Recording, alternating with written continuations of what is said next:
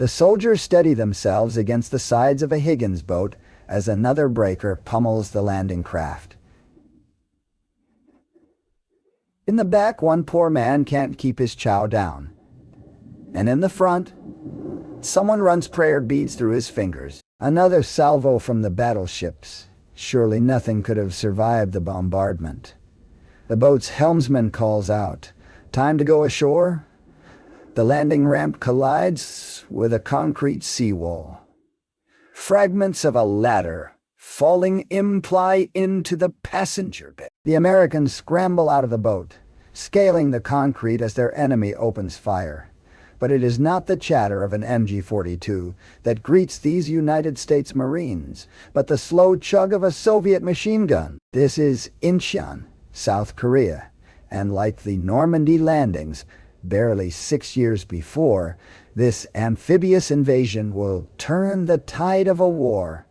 Hi, I am Griffin Johnson, the armchair historian. The seeds that would grow into the Korean War were sown in 1945, when the Soviet Red Army invaded the peninsula following its declaration of war on Imperial Japan, which had held Korea since 1910. Soviet forces advanced down the peninsula until they reached the 38th parallel, then halted while the U.S. troops landed in the south and moved to meet them, splitting the peninsula in two. The Soviets established a communist provisional government in the north, elevating Kim Il-sung, a hero of the insurgency against Japan, to the head of government. Consolidating power, Sung declared the formation of the Democratic People's Republic of Korea, espousing democratic socialism, but practicing brutal authoritarianism. With North Korea lost to communism, the Americans decided to push back by establishing the First Republic of Korea.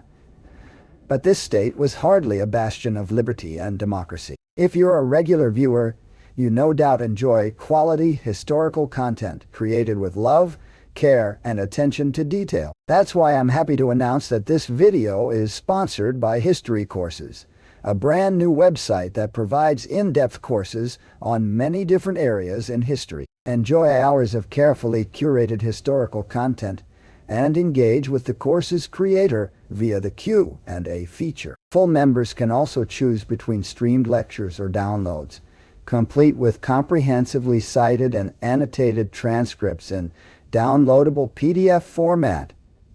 With membership starting at just $5 a month, you'll get access to all of the content the site has to offer. At the moment, there are 3 courses on the site covering early Roman history, Norman England, and the American Revolution. And new content is added to the courses on a constant basis. Help support our community and encourage the creators of great historical content by signing up for history courses using our affiliate link in the description below. South Korea's first experience with democracy bore a disappointing resemblance to affairs in the DPRK. When elections were held in July of 1948, U.S.-backed candidate Syngman Rhee just barely made it over the threshold, with an entirely unsuspicious 92.6% of the popular vote. Both Rhee's administration in the South and Song's administration in the North wanted nothing more than to reunite the two halves of the peninsula under their respective governments, making conflict between North and South inevitable. Rhee declared his intent to reconquer the North to American envoys and followed up his statements with a Soviet-style purge of ideological opponents, including the Chechu uprising by communist elements, which led to between 30,000 and 60,000 casualties. Rhee's roughshod approach caused his American backers to limit their investment in what they saw more akin to a diet democracy than a truly free state. Even if Rhee had gotten his war, American support would have been hard to come by. The readiness of America's ground forces had dropped precipitously, and by 1950, of the 10 combat divisions in the United States Army, only one, the 82nd Airborne, was considered combat ready. All U.S. forces had also been evacuated in late 1949, leaving the South defended exclusively by the Republic of Korea Army, or ROK Army, Observing this weakness, Kim Il-sung began to believe that he could rapidly invade and conquer South Korea. Eventually, Sung launched his invasion, but claimed to his dying day that it was a righteous response to a surprise attack from the south, which was conveniently defeated so decisively by the Korean People's Army that no evidence of the invaders was left.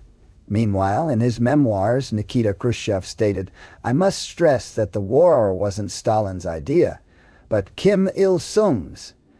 Kim was the initiator. Stalin, of course, didn't try to dissuade him." The Korean War was a very unique kind of proxy war, where the larger US and USSR were mostly against a conflict that their clients in Korea were all too keen to initiate.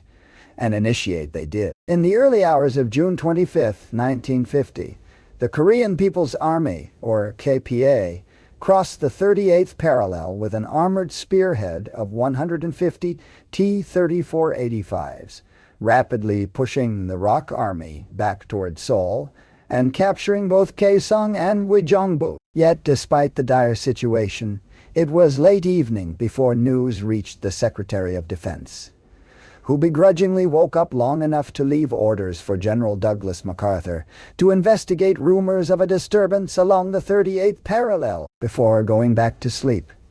While he slumbered, the ROK Army Chief of Staff, Choi Pyong-duk, was seemingly busy doing his best to lose the war as quickly as possible. Thanks to multiple communication failures, his counterattack with the 2nd and 7th Divisions east of Uijeongbu broke down in confusion. The isolated 1st Division put up fierce resistance, but with limited anti-tank weaponry, they could do little against the horde of T-34s. With retreat as the only reasonable course of action, General Choi instead ordered his troops to hold fast. Soon the 1st Division was alone, fighting a doomed last stand as the static South Korean positions were systematically annihilated.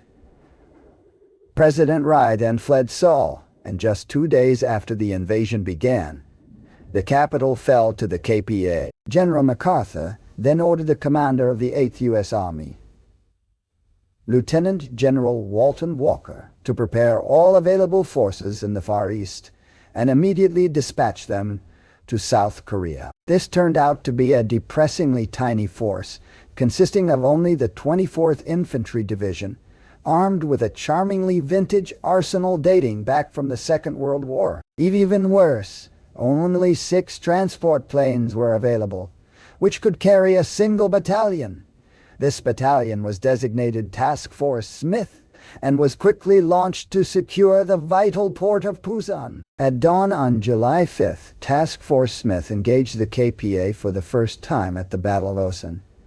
But their equipment proved useless against KPA tanks, and they were quickly overwhelmed. However, they did hold just long enough for the bulk of the 24th Infantry Division to secure Pusan. Unfortunately, all other actions the 24th participated in afterward were abject failures, and the unit eventually sustained over 6,000 casualties, including its commander. But these sacrifices bought time for the United States to mobilize its full military might. Within days, America had established total air and naval superiority. The Korean sky constantly filled with withering bombing raids on both the invading army and North Korean infrastructure. Yet Kim Il-sung refused to back down, and on August 4th, the KPA launched an all-out assault on the perimeter around Pusan. The KPA found the Americans well dug in, and the assault morphed into a protracted battle of attrition. But the perimeter came close to collapse on August 15th, when a push across the Naktong River by the KPA's elite troops managed to carve a salient known as the Naktong Bridge. Only the timely arrival of reinforcements averted disaster, all while American air and naval assets kept the North Koreans from consolidating their gains as they proceeded to devastate KPA's supply lines. While the battle for Pusan raged on, General MacArthur was busy coordinating an amphibious landing at Incheon, 100 miles or 160 kilometers behind enemy line. When told that Incheon was heavily defended, and that adverse sea conditions made any landing a daunting prospect anyway. MacArthur responded thusly. The very arguments you have made as to the impracticabilities involved will tend to ensure, for me, the element of surprise. For the North Korean commander will reason that no one would be so brash as to make such an attempt. Being so brash, MacArthur got the plan approved in late August, and to everyone's surprise, the landing at Incheon proved a massive success. This forced the KPA to pull forces away from Busan, allowing the defenders to stage a breakout on the 25th. This was the last straw for the North Koreans, and their morale finally shattered, with hundreds of soldiers surrendering en masse as the Americans drove north, and attracted the attention of Chinese border troops at the Yalu River. With Incheon secured, Yoon forces began their drive to liberate Seoul. The road to Seoul was a grueling campaign which saw intense combat around airfields and strong points. Flamethrowers and massive bombardments played a key role in dislodging stubborn KPA troops. The fighting only worsened when UN troops met the KPA in the Second Battle of Seoul.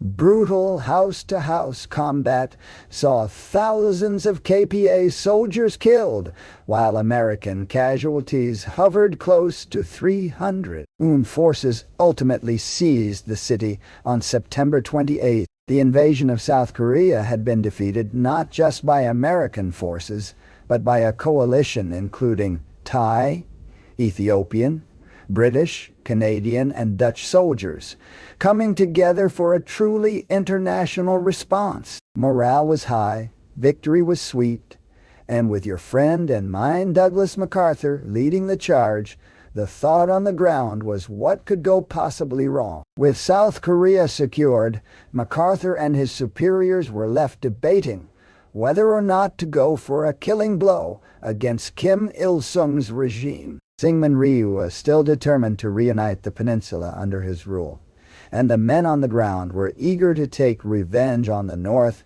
for the casualties they had suffered during the brutal fighting around Busan and the Nakdong River. Ultimately, the Joint Chiefs authorized MacArthur to invade North Korea as long as such operations had a reasonable chance of success. As the Americans rested on their laurels and planned for their invasion of North Korea, the People's Republic of China moved troops closer to North Korea, ultimately assembling a force of almost 500,000 men at the Yalu River. After the intense battles in the south, Pyongyang fell with astonishing ease.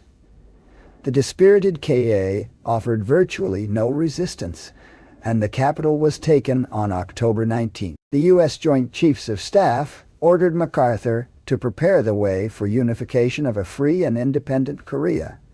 Unaware that Yoon's success had awakened a sleeping giant, the People's Republic of China. China had watched the Korean War with concern that only grew as their ideological brethren in the north were routed by the capitalist forces. The same day Pyongyang was captured, 300,000 soldiers of the People's Army, led by veterans of the Chinese Civil War, crossed the border into Korean territory, and a whole new phase of the conflict began. The refugees offensive began on October 25th with an easy victory at the Battle of Unsan, but the People's Army did not press its advantage, withdrawing quickly back into the mountains. Then, just a week after the first offensive, the North Korean winter set in, with temperatures dropping to -8 degrees Fahrenheit or -22 degrees Celsius, accompanied by howling gales. In spite of these appalling conditions,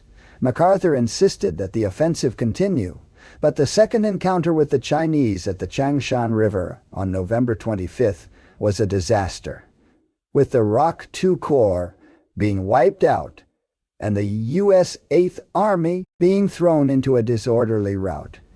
Then, on the 27th, the 30,000-strong U.S. 10th Corps was encircled by over 120,000 Chinese soldiers near the Chosin Reservoir. For 17 days, the Americans fought desperately to escape the trap before finally breaking out to the port of Hongnam, where they were evacuated. The survivors were dubbed the Chosen Few in a bitter play on words. Chosen Reservoir was a horrendous battle with Chinese forces regularly offering no quarter to their American adversaries. Left with no choice, the UN coalition was forced to go on the defensive, and Pyongyang was abandoned on the 5th of December. The rapid retreat saw both UN forces and Korean civilians withdraw before the Chinese advance, and the journey south was fraught with accidents and tragedies, including the death of General Walker, commander of all U.S. Army forces in Korea. Only a personal visit to the troops by Walker's successor, General Matthew B. Ridgway, forestalled outright panic. Even so, there was nothing the coalition could do to stop the enemy advance, and in January, 7 Chinese armies washed over Seoul, forcing the defenders to retreat, and Seoul changed hands for the 3rd time. Relief for the shell-shocked defenders only came when the Chinese supply lines were broken by U.S. air power, forcing them to begin a slow withdrawal back to the 38th parallel. The UN's fortunes had well and truly turned. Yet General MacArthur remained convinced that victory was possible, and even pressured President Truman to authorize the use of nuclear weapons on Korean soil. After weeks of enduring this insubordinate behavior, Truman sacked MacArthur and promoted General Ridgway in his place. Meanwhile, the Chinese were experiencing issues of their own. Coalition air superiority remained absolute, and North Korea now resembled a moonscape of craters from ceaseless U.S. bomber attacks. Ridgway undertook several initiatives in his new position. Operation Wolfhound saw a massive air reconnaissance effort reveal the People's Army were holding their positions, if not withdrawing, and Ridgway capitalized on this information to launch Operation Thunderbolt, a new drive toward Seoul. Thunderbolt brought the UN forces to the city, but the daring offensive Operation Ripper saw the capital change hands for the 4th and final time. From this point on, Ridgway and the UN forces doubled down on their philosophy of overwhelming firepower, leveraging superior American military technology to level the playing field with the overwhelming numbers of the People's Army. Ridgway became focused on destroying the Chinese rather than retaking North Korea. But the war devolved into a stalemate of attrition, with salients developing in the shifting lines and hard points like Porkchop Hill and Whitehorse Mountain, changing hands in bloody tugs of war. Superior firepower or not, the People's Army was still in the fight, and the U.S. Joint Chiefs estimated that a renewed march on Pyongyang would result in a minimum of 200,000 U.S. casualties, an utterly unthinkable price for the war-weary American public to be asked to pay. As the UN troops duked it out with the Chinese, politicians in Washington began to push for a settlement. They saw little chance of ending the conflict any other way. Peace talks began in mid-1951, while Ridgway and his cohorts continued to battle the Chinese. But neither side wanted to risk admitting defeat, fearful of the reaction from both their government and their constituents. Belligerent diplomats and petty cultural misunderstandings caused negotiations to stall on multiple occasions as a result. There was also the thorny issue of power use. Over 60,000 Korean and Chinese prisoners refused repatriation, preferring to stay in the South. This would result in much bickering between the two sides, dragging matters on for over a year until a ceasefire agreement was finally agreed on July 27, 1953. The deal established a demilitarized zone at the 38th parallel and set up a neutral nations repatriation commission to settle the ongoing pay-do-you-did-you issue. Syngman Rhee naturally refused to sign the agreement, and officially, North and South Korea are still at war to this very day. When all was said and done, the status quo came at the cost of 3 million lives, most of whom were civilian. Both sides committed a number of massacres, but the United States denied their own war crimes in Korea for many years while publicizing the brutality of their enemies. From 2005 to 2010, a South Korean commission conducted a large-scale investigation of war crimes, concluding that 82% were perpetrated by South Korean forces, with 18% perpetrated by North Korean forces. Many were motivated by fears of communist insurgents hiding among civilian populations. Like its Cold War cousin, the Vietnam War, the Korean War was a long, bloody, and ultimately futile conflict. The only difference was that the U.S. succeeded in forgetting Korea.